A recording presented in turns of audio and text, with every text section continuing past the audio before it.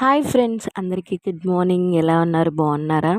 మీరు బాగుండాలని కోరుకుంటాను ఫ్రెండ్స్. ఎలా ఉన్నారు ఫ్రెండ్స్? మీకు బాగా గాలులు వేస్తున్నాయా, వాన పడుతుందా? మాకైతే బాగా గాలులు వీచేస్తున్నాయి ఫ్రెండ్స్, వాన పడుతుంది బాగా.